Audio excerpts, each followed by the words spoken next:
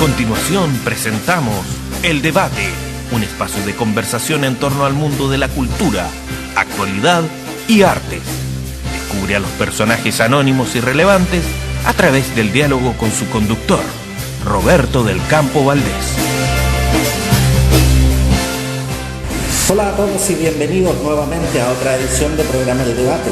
Como siempre, un placer reunirme con ustedes cada semana para conversar con interesantes invitados y, por supuesto, para hablar sobre los temas que a usted le interesan.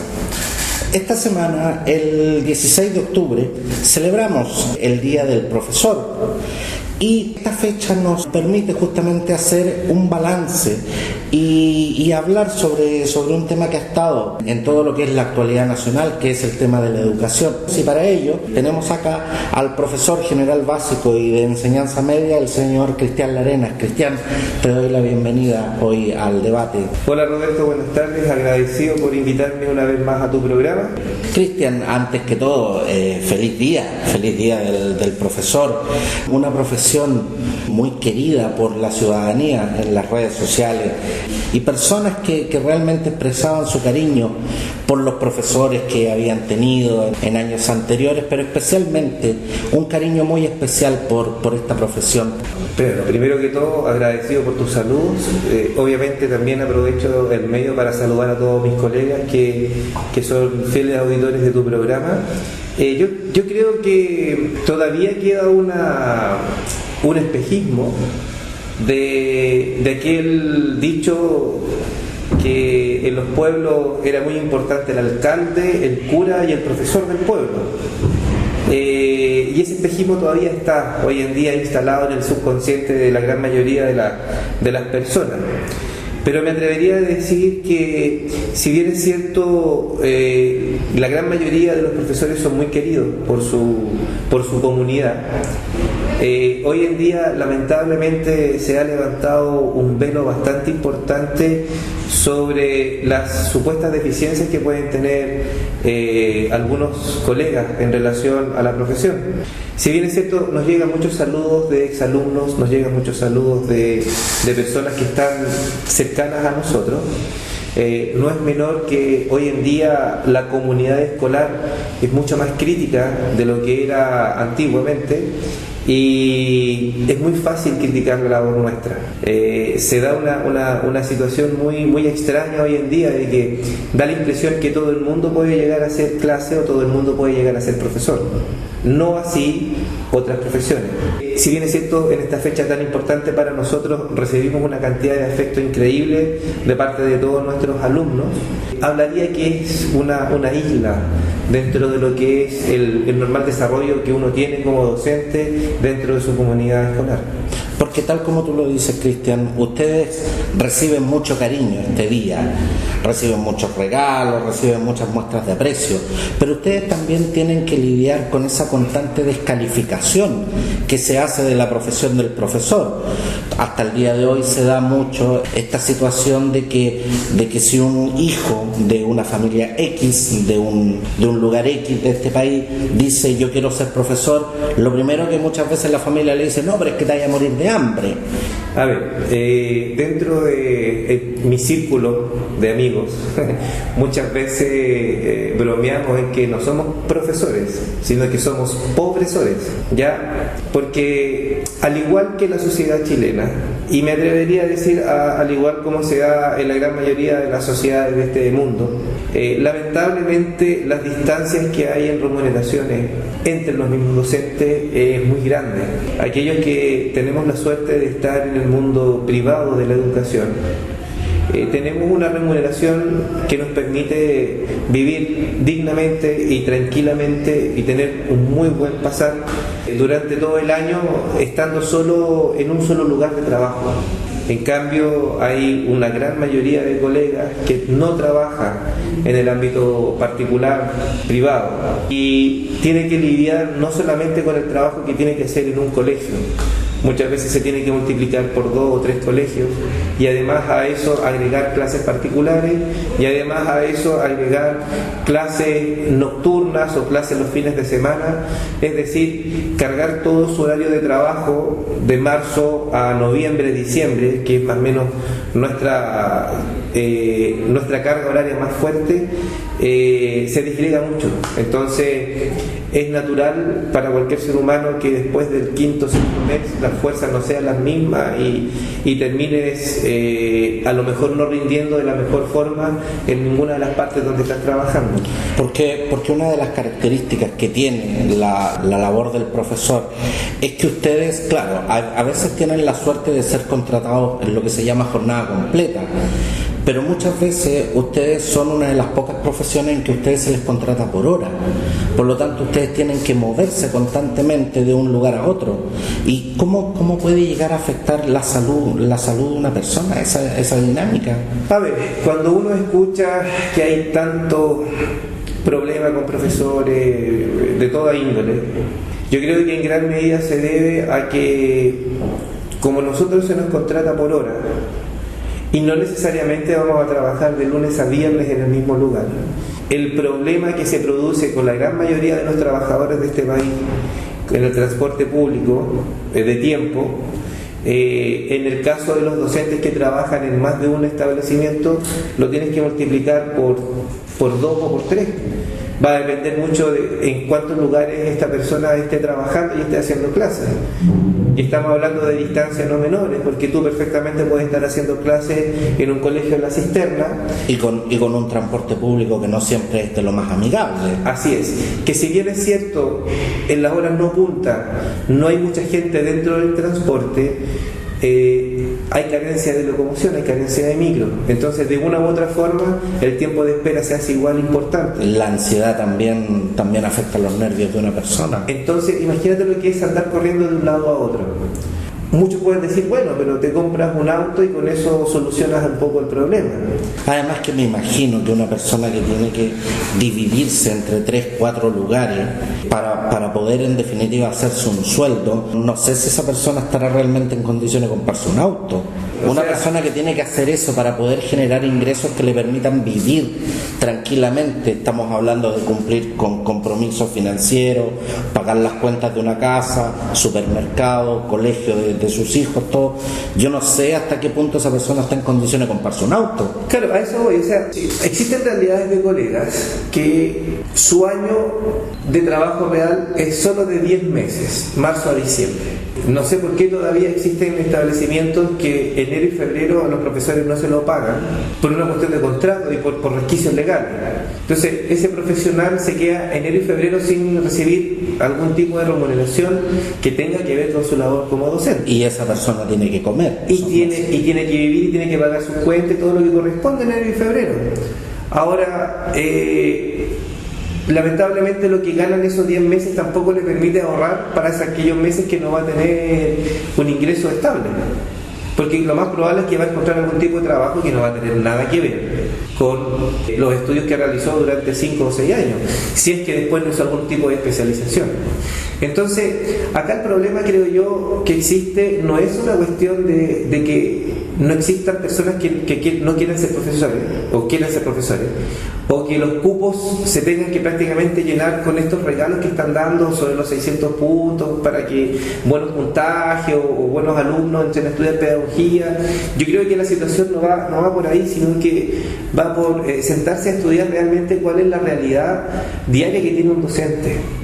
Tú señalabas, Cristian, de que hoy tenemos, obviamente, y lo hemos visto con todas estas movilizaciones, con todas estas juventudes que hemos visto en la calle, criticando realmente el sistema educacional y criticando la calidad de la educación. Yo me recuerdo en mis tiempos de alumno, de escolar, que la palabra del profesor era ley. Lo que el profesor decía se hacía, y me acuerdo que nuestros apoderados Lo que decía el profesor era ley. Nadie cuestionaba la labor del profesor. ¿Cómo ustedes tienen que lidiar hoy con esta realidad donde constantemente son cuestionados y donde además todas estas cosas salen a la luz pública y se convierten en verdaderos hechos mediáticos? ¿Cómo tiene que lidiar el profesor con eso hoy? Mira, yo agradezco que hoy la palabra del profesor no sea la ley absoluta. Yo eso lo agradezco. Yo soy un profesor criado en lo que es las bases de la escuela crítica, en donde el apoderado y el alumno tiene todo el derecho de decirme a mí, siempre en un margen de respeto, todas las equivocaciones que puedo yo estar haciendo en un minuto determinado, y yo obviamente detener mi trabajo para saber si realmente lo que estoy haciendo es correcto o no es correcto. La pregunta, Cristian, no es si el alumno y los apoderados tienen derecho. Yo creo que la pregunta es si los alumnos y los apoderados tienen las herramientas para establecer un juicio crítico sobre la labor que ustedes desarrollan. Es que para allá voy. Mi trabajo es educar a una persona. Ese es mi trabajo. Y dentro de lo que implica educar a una persona no va solamente la parte de materia que me compete, sino que educar a una persona también implica que al minuto de que esa persona quiera a lo mejor criticar una situación mía de trabajo, no personal, eso lo quiero dejar muy claro, de trabajo, ayudarlo para que eso lo pueda hacer de buena forma. Y dentro de lo que nosotros como docentes deberíamos tener en claro y también saber ya, o bien tener herramientas para poder conducir a esta persona, para decirle, mira, tú para que me generes esta crítica o quieras reclamar por algo, te recomiendo que lo hagas de esta forma, para que esto no termine siendo una confrontación de sordos, sino que si tú lo confrontas de esta manera y yo te escucho de esta otra y nos vamos empezando a generar ejercicios de comunicación bajo ese perfil, no va a haber grandes inconvenientes, creo yo. Ahora, si ese niño o ese adolescente que se está educando logra, valga la redundancia, educar esa situación, lo más probable es que esa situación lo traslade a casa. Por lo tanto, la crítica que va a ir hacia mí en casa no va a ser del viejo barrero, del viejo que me tiene mala, del viejo que me puso un 1, que yo no sé por qué no me puso esta nota, que se ha creído, que por qué si yo me esforcé, todo lo que normalmente se dice cuando un alumno está criticando al profesor.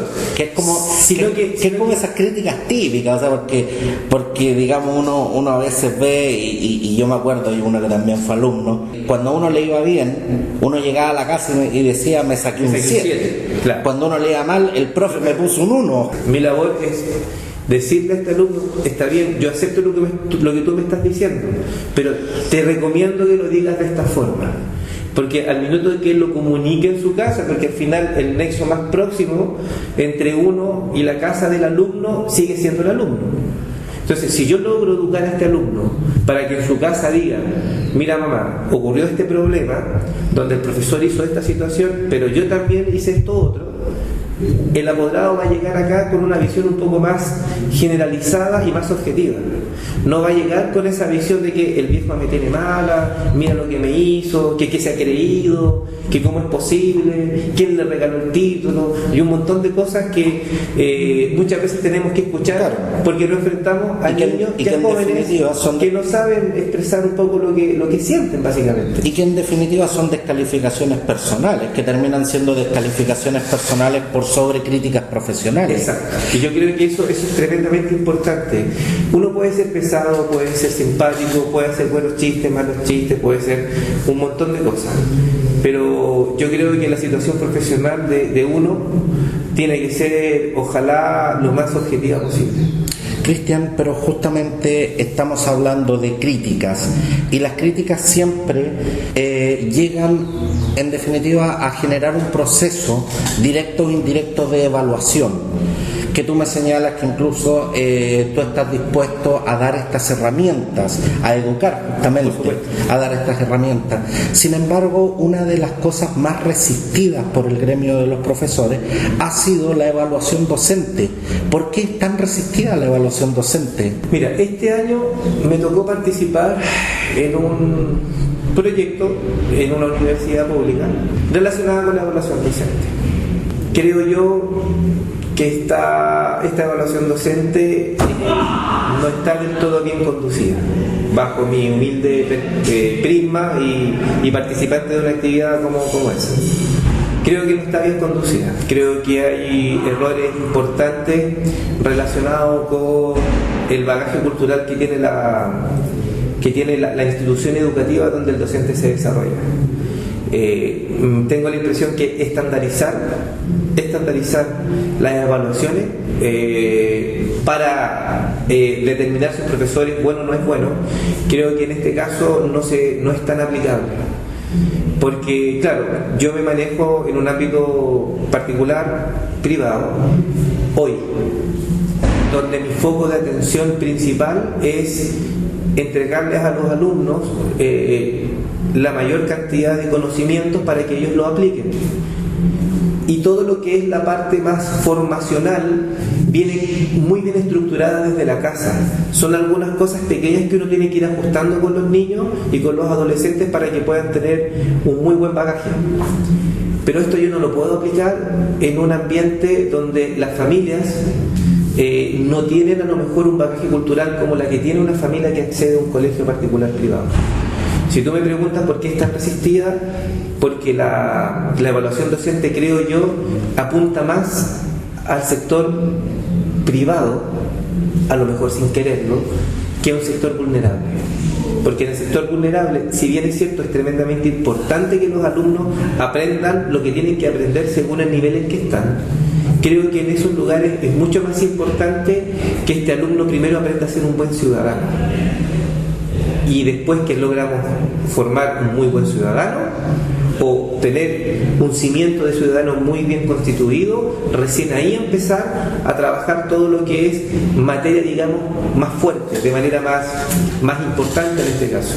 Y la evaluación docente apunta mucho a lo otro, a qué es lo que usted está enseñando, cómo es su metodología, con qué parte, con qué va al centro, con qué termina, cuáles son sus instrumentos de evaluación, un montón de cosas. Pero todos los profesionales, de todas las profesiones que existen hoy día en el mundo, de una u otra manera somos evaluados. Sí. Y somos evaluados de acuerdo a lo que hacemos profesionalmente. Entonces, ¿cómo se discrimina en este caso? ¿Cómo podemos separar los buenos de los malos profesores?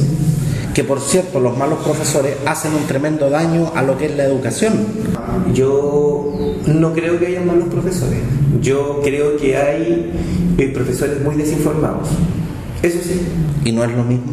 Me gustaría, por ejemplo, tomar un profesor, entre comillas, exitoso de un colegio top en Chile, un profesor medianamente exitoso de un colegio medio de Chile, y un profesor no tanto de una parte baja de Chile, y a los tres, si son profesores de matemática, por ejemplo, plantearle el problema para ver quién lo resuelve bien.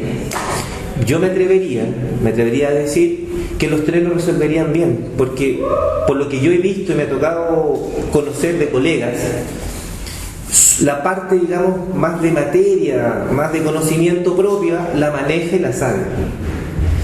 ¿Dónde se produce el inconveniente? Exactamente, ¿cuál es el punto? ¿Dónde se produce el inconveniente? Al minuto de pararse frente al curso y tener las herramientas para poder trabajar con ese curso o con la realidad que le tocó vivir. ¿Es un tema de metodologías pedagógicas? Yo me atrevería a decir que más que un problema de metodologías pedagógicas, es un problema de cómo la unidad educativa colegio estructura su sistema educacional interno. Porque yo no puedo tener el mismo sistema de estructura educacional que tiene, por ejemplo, el Santiago College con el que tiene, por ejemplo, el Colegio Galvarino número 2 de La Cisterna. O sea, estamos hablando de temas institucionales. Absolutamente. O sea, en definitiva, si lo pudiéramos extrapolar a otra realidad, no podemos endosarle la responsabilidad a un médico por la mala gestión de un hospital. Exacto. Eso es lo que estás diciendo. O sea, si hoy en día, porque piensa tú, mira, qué bueno que tocaste el asunto de los médicos. Si tú hoy en día ves en los hospitales públicos, la acentuación ya deja de ser chilena, pasa a ser más extranjera. Ajá. En las clínicas privadas la acentuación sigue siendo chilena. ¿Por qué? porque el sistema de salud del país permite que yo como médico tenga la posibilidad de estar en el área privada o en el área pública. Como el área privada te genera mayores ingresos y está mejor catalogada por los usuarios, el médico que se vaya al área privada siempre va a estar bien. En cambio, el que está en el área pública no va a tener los mismos beneficios ni tampoco va a tener los mismos ingresos y tampoco va a atender a la misma gente. Por lo tanto, se da esa posibilidad. ¿Qué pasa en un colegio? ¿Qué pasa con un niño que no tiene ningún poder adquisitivo? ¿Qué pasa con un niño que no tiene los recursos como para estar en un colegio, entre comillas, llamado top? Se tiene que enfrentar a una realidad gratuita, semigratuita, donde no va a pagar mucho dinero y obviamente va a entrar a una unidad educativa que el ministerio la obliga a tener ciertos estándares mínimos de aprobación. Y ahí vienen los famosos CIMSE, las PSU y todas estas evaluaciones que se quieren hacer ahora para que supuestamente mejoremos la calidad de la educación. Yo me pregunto, ¿qué es más conveniente para un niño de prekinder, kinder o primero básico? ¿Qué es más conveniente? ¿Que aprenda a leer 200 o 300 palabras por minuto? ¿O que aprenda a imaginar, dimensionar lo que quiere decir el poema de Pablo Neruda? Entonces, o que lea 20 palabras pero que las entienda. Perfecto. Ahora, si nosotros como profesores pertenecientes a una unidad educativa pudiésemos tener un poco más de voz y un poco más de voto en las decisiones de los colegios, me da la impresión que la educación no estaría tan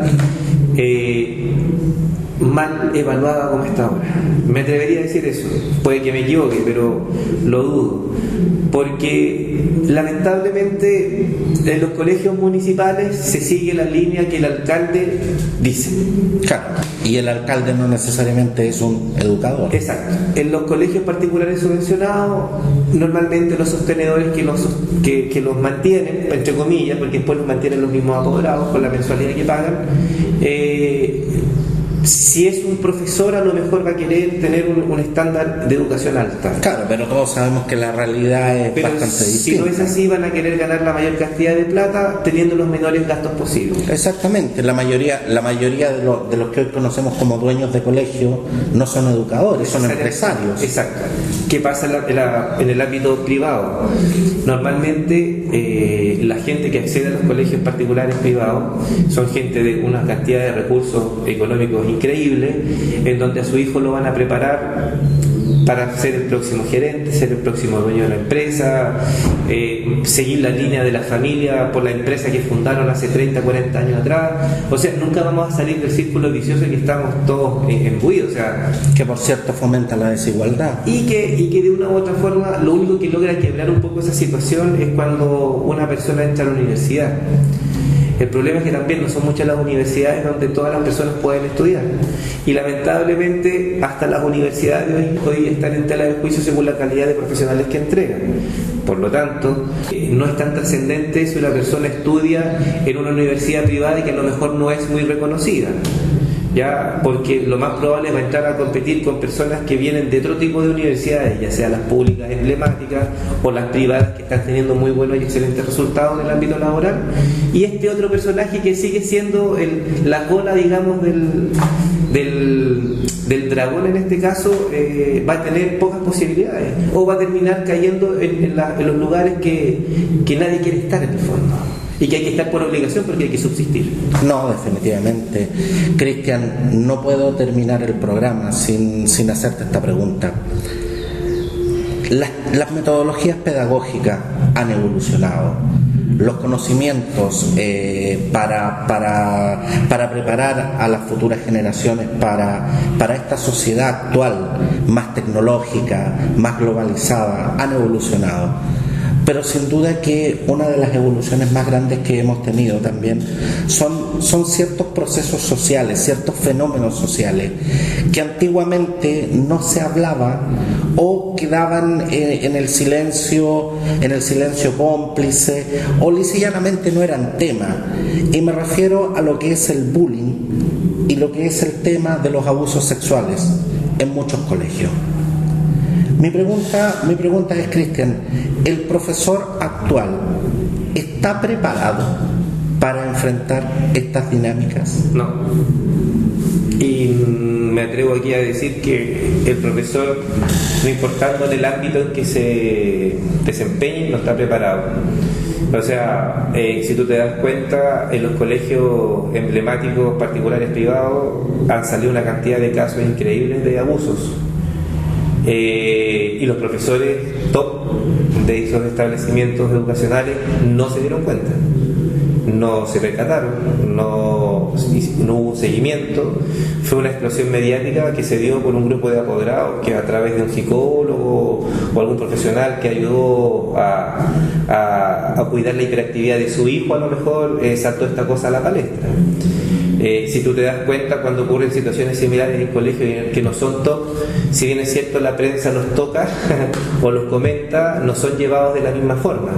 Por lo que te explicaba antes, unos son los dueños de la empresa, los otros eran solamente los operarios o los empleados de la empresa. Por lo tanto, en ninguno de los extremos están preparados para esto.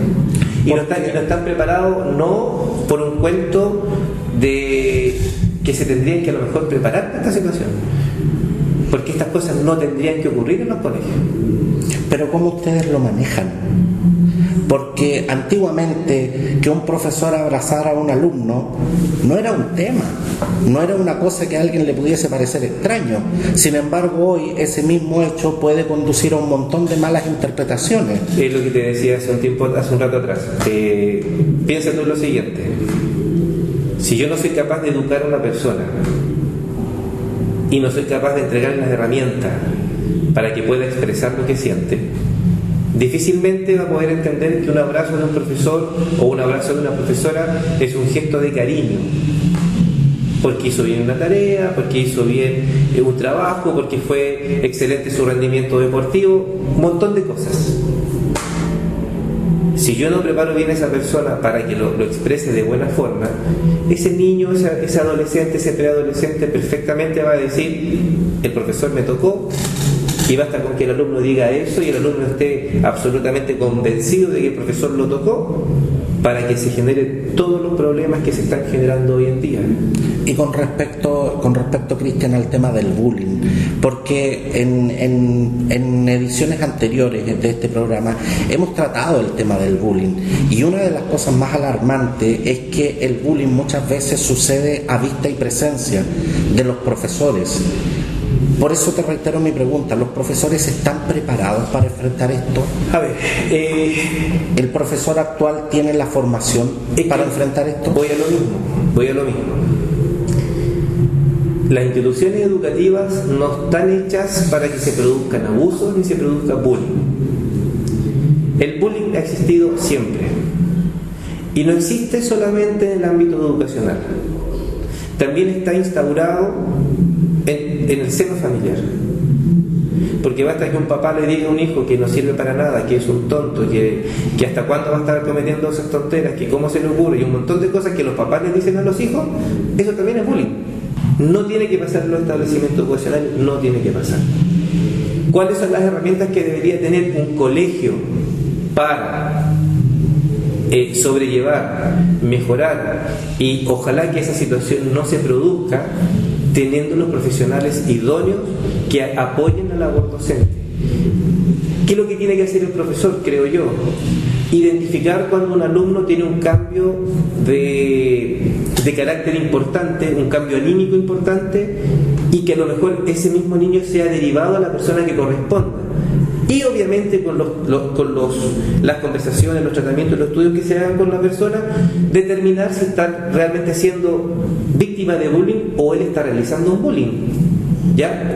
Pero yo creo que el bullying en el colegio ha existido siempre. Siempre hubo el compañero matón, siempre hubo el compañero que te decía algo pesado, siempre hubo la broma pesada de parte de los compañeros. ¿Dónde está la diferencia? Que antiguamente eso lo sabía el grupo curso, a lo más los amigos de otros cursos. Y tal como te lo decía, eso quedaba en las cuatro paredes de la sala. Hoy no, porque eso, además, te toman la foto, te suben a Facebook, te suben a Twitter, te suben a un fotolog, te suben a donde quieran y lo hacen global. Esa es la diferencia, y por eso es que hoy día es tan fuerte, creo yo. qué cosas sí debería saber un profesor para, ojo, no para evitar esta cosa, porque yo creo que es difícil que se pueda evitar, pero sí poder detectar, y lo que te dije hace un rato atrás, educar la situación de los alumnos en base a la realidad que vive. Sí, un profesor debería tener, creo yo, más práctica dentro de lo que es su formación como docente que la que tiene hoy. O sea, el primer año dejemos a los profesores, o a los futuros profesores de universidad, que les enseñen todo lo que le tengan que enseñar sobre matemática, lenguaje, biología, ya. Que el segundo año vengan todas estas materias más pedagógicas para el trato de grupo, todo lo que te enseñan en la universidad para poder manejar grupos, etc. Pero ya desde el segundo, mitad de segundo año, tercer año, cuarto año, quinto año, te tienen que mandar a la sala de clase. Te tienen que poner frente a un curso, tienen que manejar la situación de curso desde joven. Y no solamente en colegios tipo. O sea, un profesor tiene que por obligación pasar por, ojalá, la mayor cantidad de realidades posibles antes de comenzar a hacer clases. Y lo único que logra hacer eso es la práctica profesional. Y lamentablemente en la universidad no lo hacen. ¿Qué es lo que es la práctica de la universidad? 6 meses, después que terminas todos los ramos que supuestamente te van a servir para poder hacer clases y que no te sirven para hacer clases. No, definitivamente. Y que por supuesto no te preparan para enfrentar necesariamente toda esta realidad. Pero sí una práctica en la misma aula, donde tú a lo mejor comienzas siendo simplemente el ayudante de la profesora de básica, donde tienes que marcar cuadernos, como se dice en buen chileno, donde las papas queman. Exacto. Y mientras eso no se haga, difícilmente vas a tener herramientas, porque bueno, nuestra sociedad, creo yo, hoy en día está dividida en dos sectores. Uno que es muy grande, donde estudia la gran mayoría de futuros profesionales, técnicos de este país, que es la realidad municipal y particular subvencionada, y la élite, que estudia en los colegios particulares privados. Y son kilómetros y kilómetros de diferencia estar parado en un aula de un colegio de alto riesgo social a un colegio particular privado. Y mientras esa realidad no se viva y sea propia del que va a hacer clase, es muy difícil que pueda tener las herramientas para poder ir detectando todo esto que conversábamos hace un rato atrás. No, por supuesto. Estoy seguro que el tema de la educación seguirá siendo parte de nuestra agenda nacional y, por supuesto, un tema que siempre vale la pena debatir. Cristian Larenas, profesor general básico y de enseñanza media, te agradezco mucho el tiempo que nos has dedicado para darnos a conocer esta profesión que, por supuesto, admiramos y apreciamos. Creo que hay una gran importancia en personas como tú y en muchos colegas que hoy están en las aulas de clase en dedicarse día a día a educar a las futuras generaciones. Por lo tanto, te agradezco y espero no sea la última vez que te tengo acá en el programa. Agradecido, esta ya es la segunda vez, así que te agradezco mucho la invitación y siempre es apasionante hablar de educación para mí, por lo menos. Yo creo que soy una de las pocas personas que ha cambiado el ámbito más privado de trabajo a un ámbito un poco más público, que es una sala de clases. Así que agradecido y estoy disponible para lo que necesite y cuando lo desees. Me despido con el firme compromiso de encontrarnos aquí la próxima semana. Recuerde que todas y cada una de nuestras ediciones están disponibles en nuestra página www.programaeldebate.cl. Un abrazo grande, gracias por estar con nosotros y hasta pronto. Ha finalizado un capítulo más de El Debate, programa conducido y producido por Roberto del Campo Valdés. Mantén en contacto con nosotros.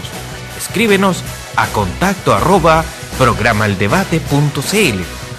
Síguenos en Facebook, en nuestra página Programa El Debate. Escucha todos nuestros capítulos en podcaster.cl y visítanos en nuestro sitio oficial www.programaeldebate.cl. Nos encontramos en una próxima edición.